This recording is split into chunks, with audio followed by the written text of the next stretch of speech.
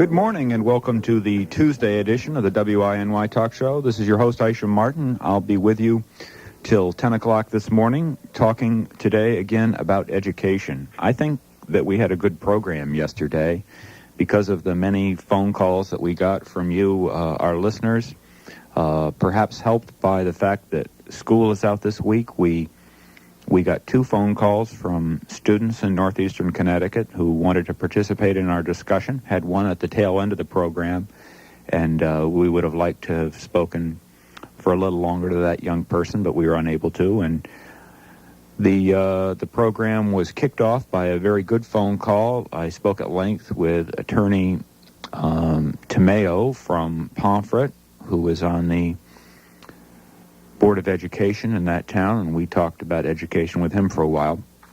I kicked off the program by reading an article written by Lee Iacocca, the chairman of the Chrysler Motor Company, where he advocates the need of a better educated workforce by industry. Interestingly, the call for longer school years and better education is being led by American industry, by corporate America. And my scant knowledge of the public education movement in the United States tells me that it was the need of American business for an educated workforce in the Industrial Revolution that brought about compulsory free public education right here in New England. And so once again, it's the need of industry for an educated workforce that may be driving the movement for some change in the education world. Lee Iacocca advocates a longer school year. We polled our listeners yesterday on that subject, and I would say that few of the people who spoke with me yesterday really had a real strong opinion about extending the school year or had a real strong feeling that that was the solution. However, my unofficial tally of the phone calls we got yesterday had 7 people in favor of extending the school year and 3 opposed to extending the school year. So I will ask that question again today with a couple others that I'm adding to our poll as a way of getting the discussion going. If you are a listener to the WINY Talk Show and have never phoned, I've listened to some talk shows out of New York and Boston, and I've heard them say the telephone numbers probably 1,000 times, and they never sink in with me because I'm not about to call. Probably because I know I'd be in trouble with my family for making long-distance telephone calls to be on talk shows, probably to be left on hold for long periods of time. But the number here is 928-2721. And if you're calling from the Plainfield area, that even is going to be a toll-free call for you. It's a Danielson exchange, and we'll get you in here to Putnam at no cost to you. The number is 774-5161. So if you would like to talk to me about education on this beautiful spring day, those are the numbers. From Putnam, 928-2721. From Plainfield, 774-5161. I didn't express my own opinion about lengthening the school day yesterday because, well, maybe I flatter myself, but I didn't want my bias on the thing to skew the results to skew what you said. I wanted to hear the opinion of our listeners.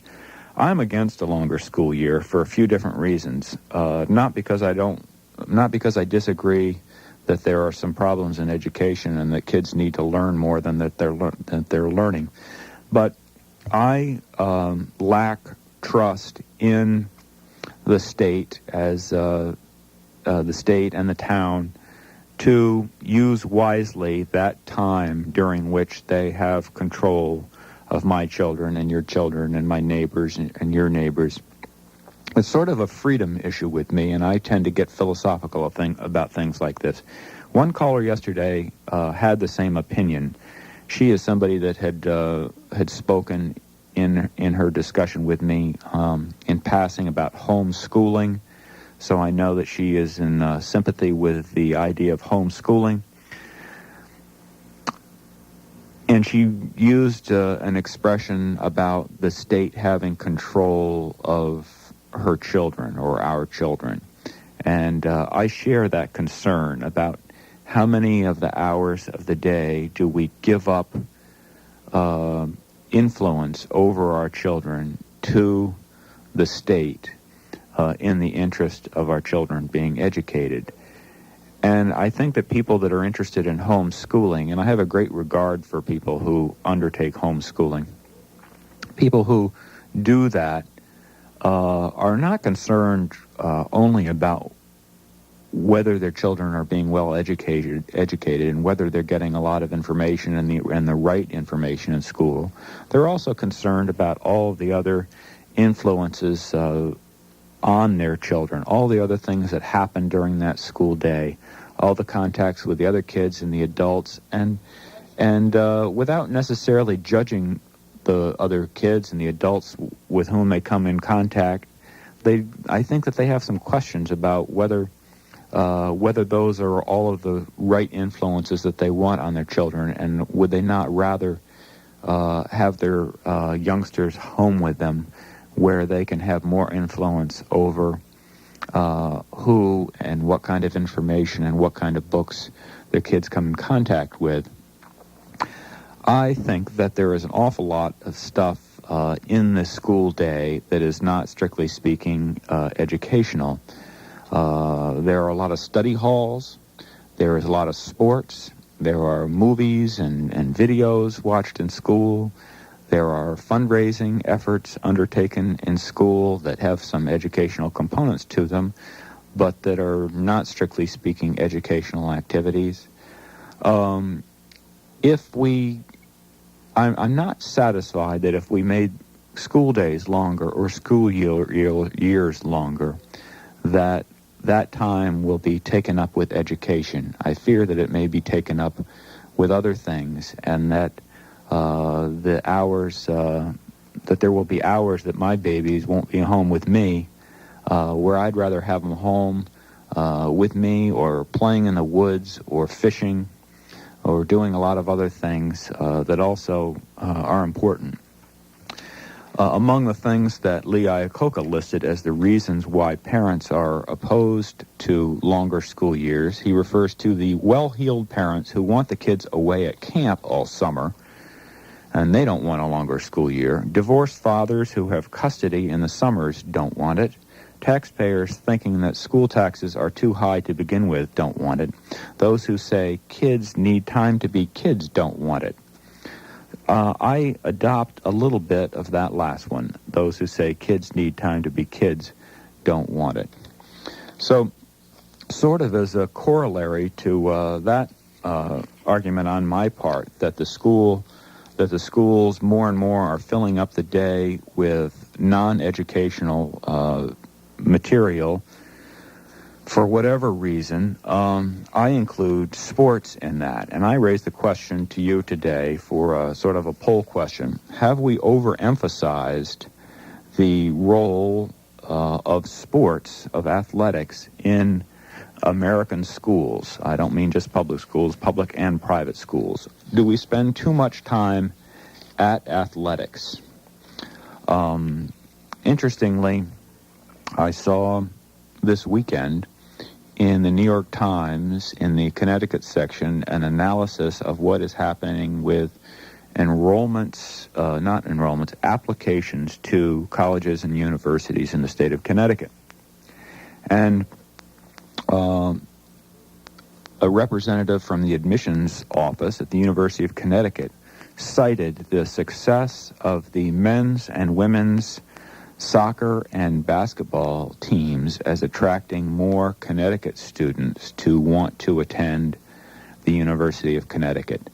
This, of course, stands in contrast with my arguing that the signs on the highway pointing the direction to stores from 84 ought not to be bragging about the success of our basketball teams in the Big East or in the NCAA tournaments, but we ought to be bragging about academic things, not about athletic things. But apparently it's the athletic things that are helping to attract students to the University of Connecticut.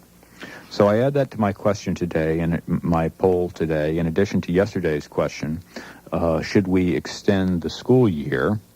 I think we have about 180 days of school now, 182 in Putnam. Should we extend the school year to something like 200 days or 220 days? And question number 2, have we overemphasized sports in American schools? Good morning. You're on the air. Good morning. Excellent subject. And you raised so many questions and covered so much ground. Well, I have to keep talking until somebody phones in. Okay. Good. I think, well, you want me to answer the poll? Sure. Okay. I think that the school year should be extended. Yeah. How many days or how many months, perhaps really weeks, I'm not sure. The people in the education business need to come up with that. I agree with you on many things that you just said. We've gotten too far afield with progressive thought. We did that back in the 60s. And in fact, when my kids were going to school in the modern math and everything, and they told the parents to stay out of it. We're going to teach them this and that. Well, that caused us problems, as we well know. I don't know if you saw recently, Isham, on the public broadcasting. Last fall, Fred Friendly from Columbia University runs these roundtables. Yeah. Did you happen to see that? I've seen several of them, but I may not have seen the one you're referring to. Well, Fred Friendly was a real pioneer in broadcasting. Yes. He's still around. He is, and he has some excellent roundtables, and he ran one. It was done in October of last year. It was just recently rerun about 2 weeks ago. Excuse me, and it was 2 nights. And it was American Education, Does Anyone Give a Damn? And he ran it 2-hour sessions, and I watched both of them, and they were excellent. Educators from large schools, educators from small schools, governors of states, and they said, what's wrong with the system? And they covered that quite a bit, and there's an awful lot wrong with the system. Personally, I think that the school year does need to be extended, but we need to get back to plain old basics. Forget the real progressive subjects, a lot of the liberal arts things that they give the kids in high school. I think they need to get back more to the mathematics, to the sciences. Those are the things that we need. And if you have to extend them and give them 2 to 3 hours a day, do it. Also, as far as sports are concerned, you're right on target. We've become so sports-minded in this country, it's absolutely crazy. We idolize and we put up as role models some of these people who are involved in sports who are really not very good citizens. Mm-hmm. I would rather see an intramural program in schools so that everyone can participate. Sports is meant to be an outlet, not a primary goal. Well, that's an interesting point you raised. I had that among my notes here this morning. I have a child in junior high school in Woodstock, and I wonder if people without school-age children in northeastern Connecticut know that we're now playing interscholastic sports after school in junior high school. Kids are traveling to other towns to play basketball and soccer games in 7th and 8th grade. I would really prefer, and I'm sure my son that's in 8th grade would disagree with me, I would prefer that they come up with intramural mixed boys and girls teams in the junior high school in Woodstock or Putnam or Pomfret or wherever it is, and stay at home. Yeah, I'm really not that interested in my kid being out on a bus after school, expending his energy at that when he's still got to do the homework after supper. Exactly. Well, the real benefit though that could be derived from that is not so much traveling on the bus perhaps, but let the 6th grade play within the 6th grade, the 7th within the 7th. Let all the classes play, whether you're good or not. Give the child the chance to play. Mm-hmm. The sport. If you look at your high school programs in either basketball, baseball, or football, you're talking 30, 40 kids who can participate.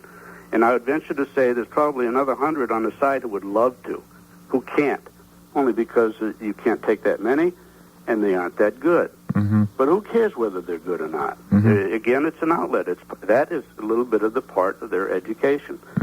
But, yeah, sports has gotten so much to the point it's absolutely crazy. Now, the lady who called you yesterday and talked about didn't like what she saw going on in some of the schools. I think she was an ex-teacher who talked about she would rather do some schooling of her own at home, that type of thing. The only problem with that is we've got to have everyone participate. You know, you look now at the voucher system that they're talking about. Some places are espousing that policy. Right. I don't know if that's good because it's going to defeat exactly what we've been trying to do by getting the kids together. I happen to agree with busing in large metropolitan areas where you want black, Hispanics to mix with whites, etc., because if you don't do that and you keep them within their neighborhood, the only time they get to meet is when they're 17 years old on the street corner, and you know what happens then. We need to, in order to keep the system fair, everyone should go to their schools within their area, or a mix of their schools. So if you had a voucher system and you sent Johnny to Woodstock and some kid from Woodstock went to Plainfield, that isn't going to work. I can't see that working. But, you know, in regards to that, in the Decline and Fall of the Roman Empire, Gibbon's book, there was an excellent quote. Civil governments in their first institution... You actually read that? Yeah. I'm only teasing you. Civil government. I've always heard about it, but I never knew anybody that actually read it. Well, there's an excellent quote in there that I like to use, and it says, civil governments in their first institution are voluntary associations for mutual defense. To obtain the desired end, it is absolutely necessary that each individual should conceive himself obliged to submit his private opinion and actions to the judgment of the greater number of his associates. In other words, you're in a democracy, and in a democracy, the majority rules. So if you have a dissenting opinion, you can obviously say that, your dissenting opinion, but go along with the majority. So in the school system, you're doing just that. You're sending your child to that public education system that you should then make sure is good. But whether you agree with it or not, you should subscribe to it, send your child to it, and make it good. And that's what we are right now. I feel that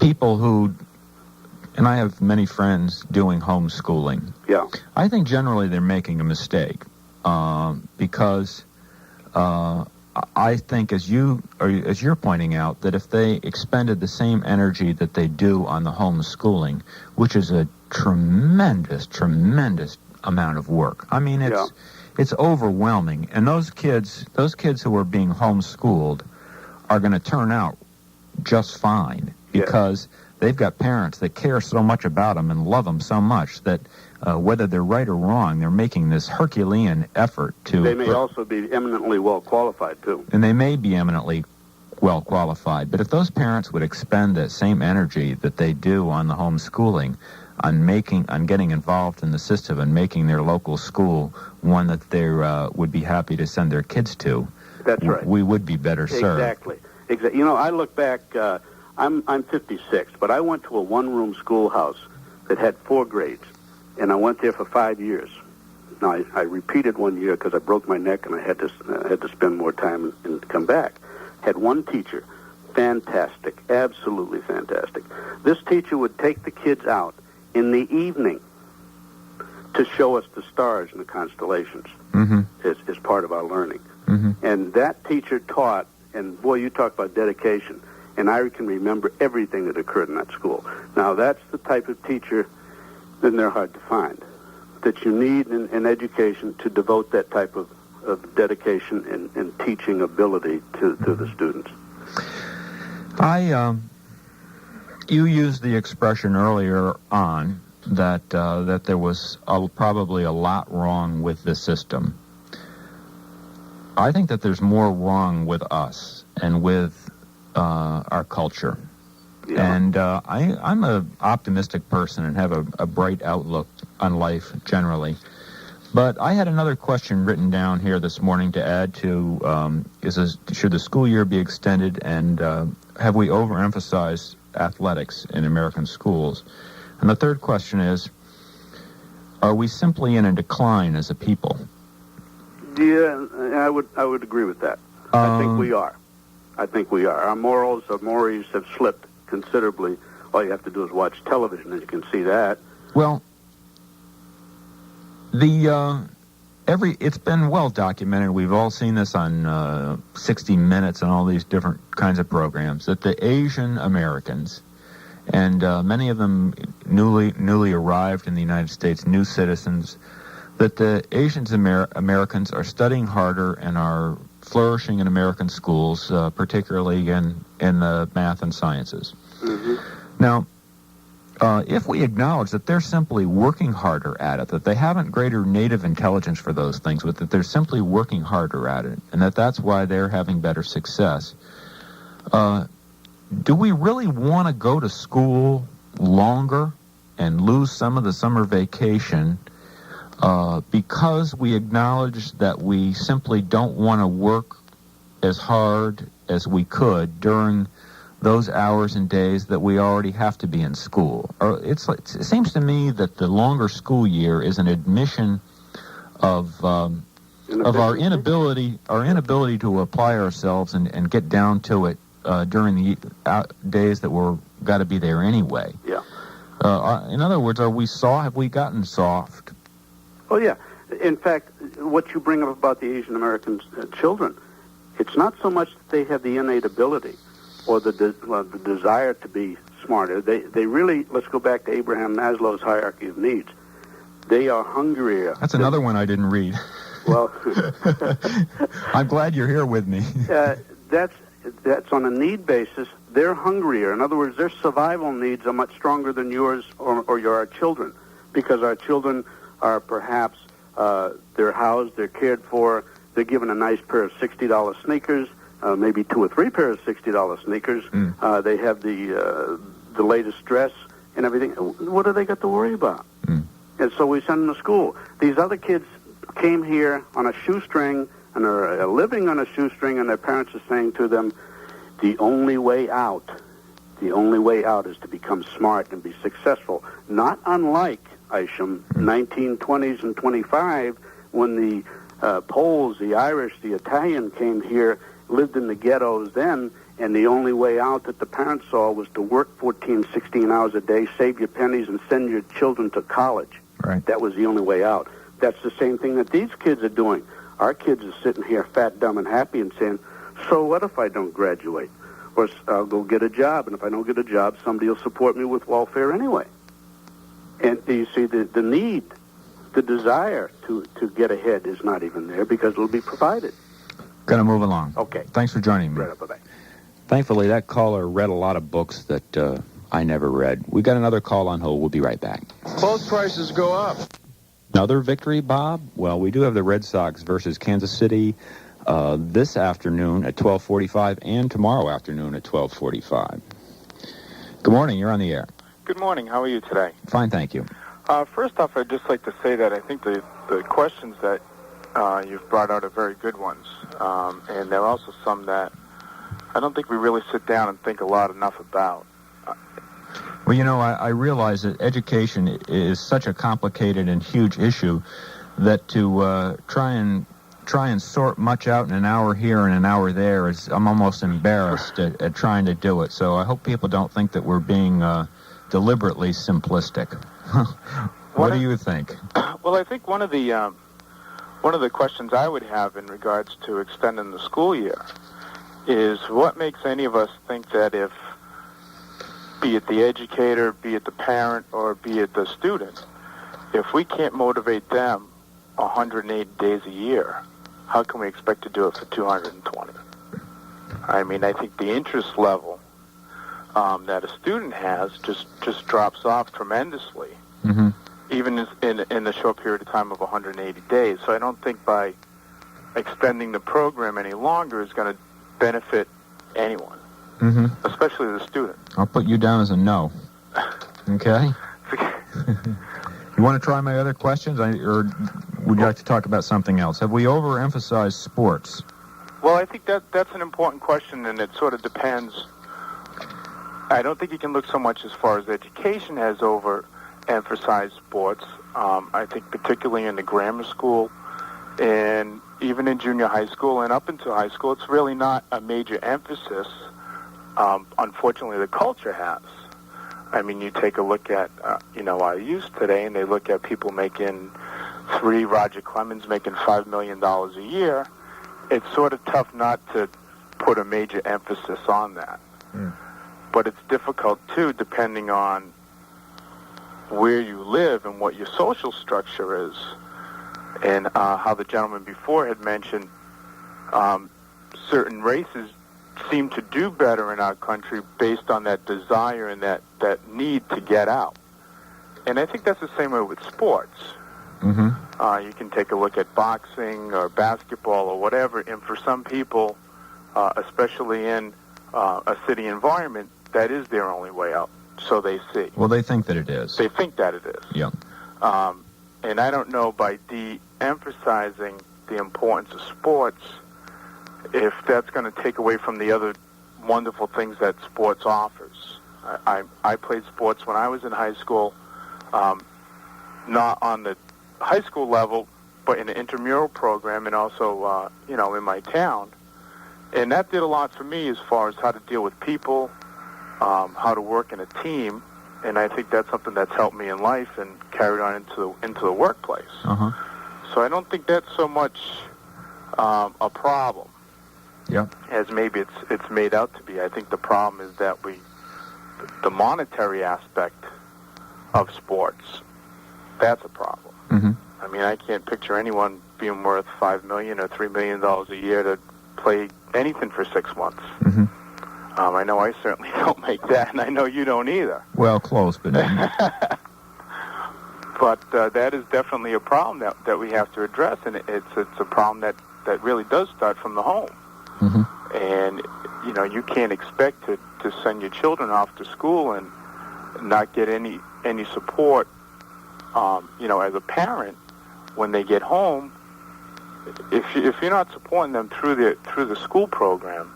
Are you a parent? No, I'm not. No. Old enough to be, but I'm not yet. And I think that's basically where the main Do you problem... want to help out with the college expenses of one of my guys? It would give you a real satisfaction. I'm sure it would. I'll let you have your pick. Pick of the litter. Yeah, that's right. But I think that's probably the biggest problem that we have as a people right now is that, we went through a good 10 or 12 years where we got lazy. And we figured that, and not everybody, but enough so that it has made an impact now that either sending the kids off to school and letting the teachers supposedly turn them into these miracle students who are going to be worldly and all set to step into the business world, and that's not the case. It's important for the parent to reinforce whatever's being taught at school. And if they have a problem with what's being taught at school, instead of saying, well, I'm going to teach my child myself, you have to get involved with the system. I got to get somebody else in here. All righty then. Thank you very much. You're welcome. Good job. Good morning. Hello, Isham. Hi. Wanted to share some experiences I had as a substitute teacher for a couple years. Okay. About 10 years ago. Yeah. People are going to say immediately, oh, he's a substitute, he doesn't see the real picture, but I did this 2 full school years for about 120 days a year in several school systems around here. And speak just a little louder, too. I got to see a lot of school culture and what goes on in the schools. I never went to a public school until I got into college. So I went into this with certain assumptions about the way you behave and the respect you have for teachers and adults and the way you comport yourself during class discussions and things of this nature. And it was a real eye-opener for me.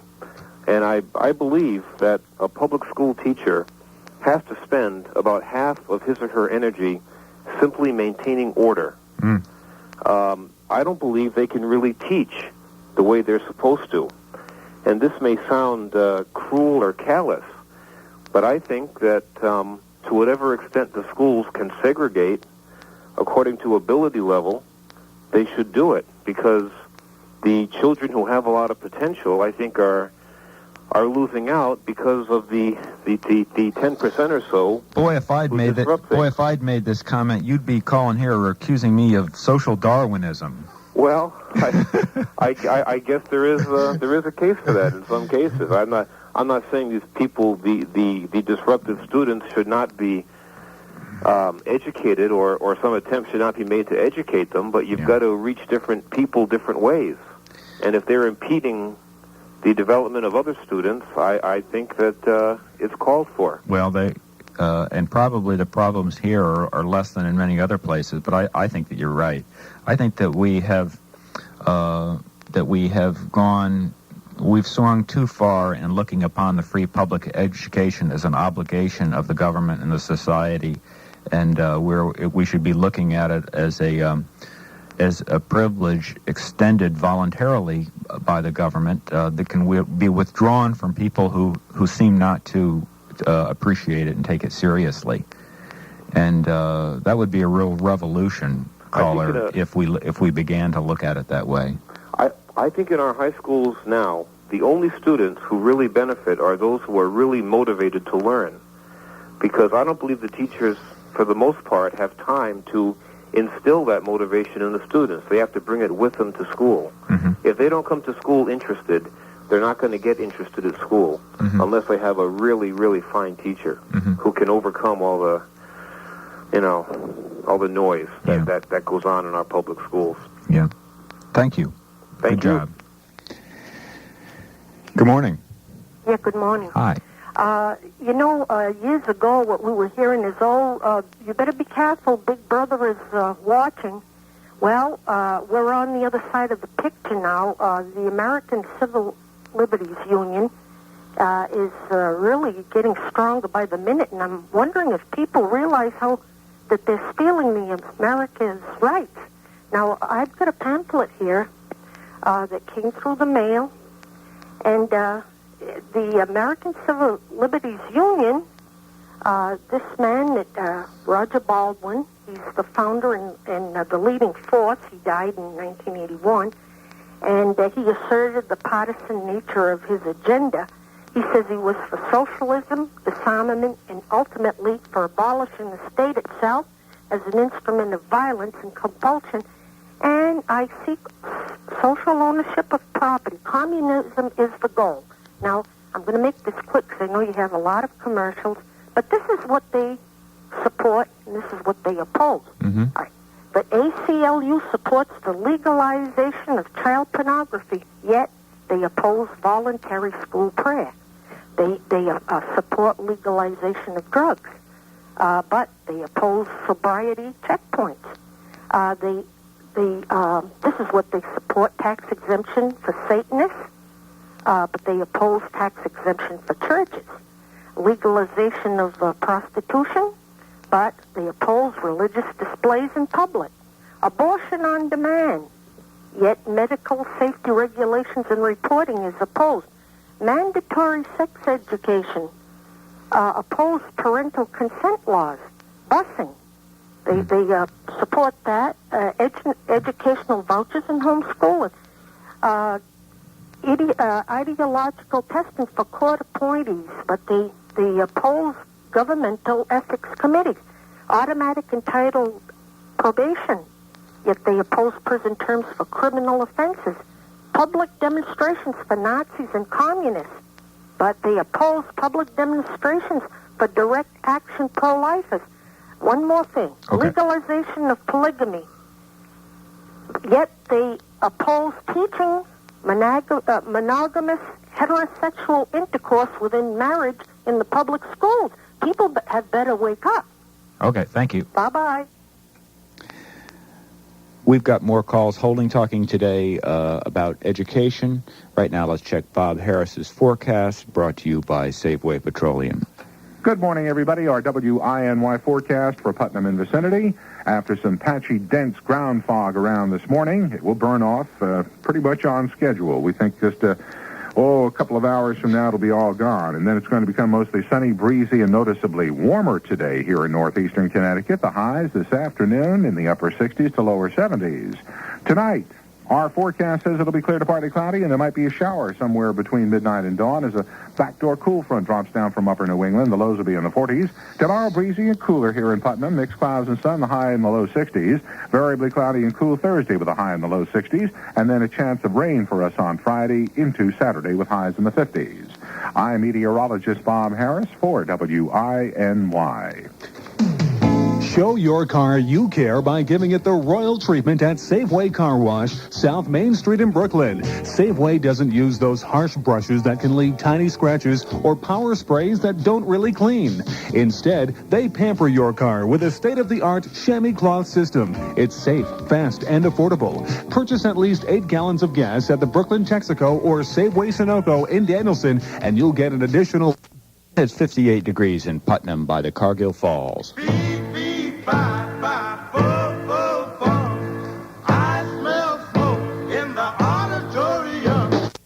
Okay, Isham Martin back on the talk show. Let's get back to the phones. Good morning. Good morning.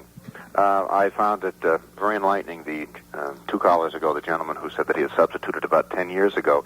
I still do a lot of substituting, and again, keeping order and controlling what's going on still occupies a substantial amount of the time of the person in the classroom. And I see it even with people who are, regular teachers.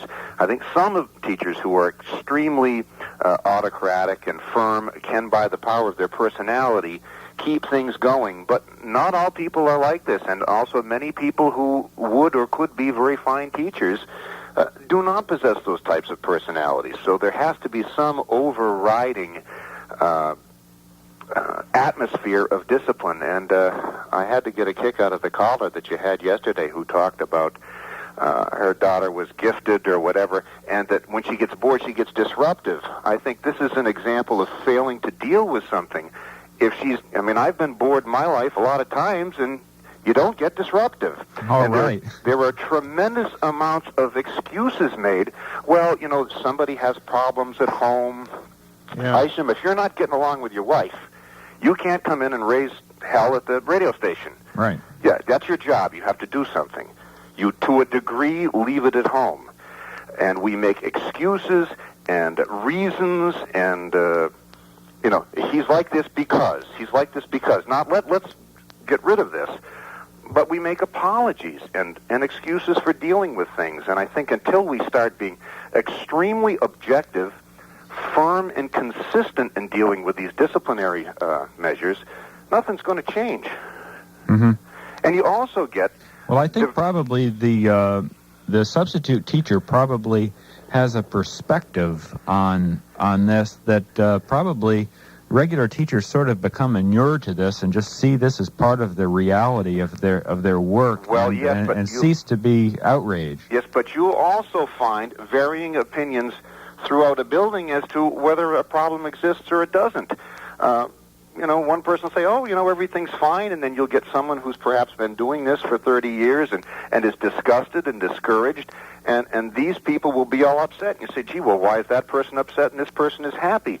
Different perspectives on what the situation should be.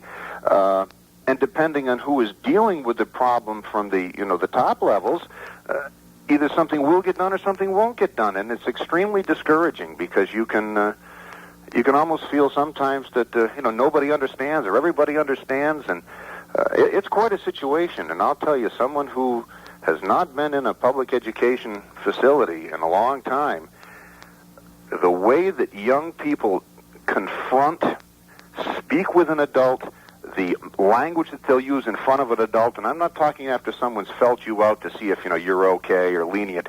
The minute someone meets you, hey, dude, how's it going? This type of thing, woof, we've got major things to deal with. The adults are reaping what they've sown on that front by trying to be familiar with kids and to be down on that level. I don't think... I think they're probably, of my children's friends, there's probably about half call me Mr. Martin until I tell them that they can call me something else. But I would still like to be called Mr. Martin by children. There should be some distance between you and them on a social level, I think. I don't know. I'm for some sort of a pecking order. But But it's a confusing thing, and I think some of the things in the last 2 days in listening to callers, a lot of simplistic solutions, a lot of, well, we just got to do this. It is an incredibly complex thing, and it is not going to be easy to straighten out. I don't know if necessarily making the school day longer. My wife's a teacher. She gets exhausted. She's pooped at the end of the day.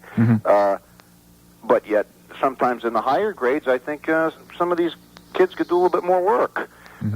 More work in the course of the day. 10 more minutes of homework a class, something. But, it's tough to keep them caged for 7 hours and on task. It's no easy solutions to this, and I think everybody who talks about going back to this or doing that, very complicated, and it's going to take some major shifting and putting some feet down and keeping them down. Okay. Whatever. Good job. Thanks for calling me. Let's take another call. Good morning. Good morning. Hi. Hi. I just wanted to respond to a couple of the comments because some of them I really agree with. I agree with the previous caller that this issue is so complex because you have students that come into your room which have good parent support, and then you got some kids that come in where there's been a lot of disruption in the home, and then you have to deal with that. Yeah. And are you a teacher? Yes, I am. And it's not so much necessarily from my own experience in my classroom. I've seen it from other teachers and my neighbors and things like that, where you just know that the kids are not getting good home support. And I strongly believe the home is the most important thing in many ways in terms of the kid getting through life.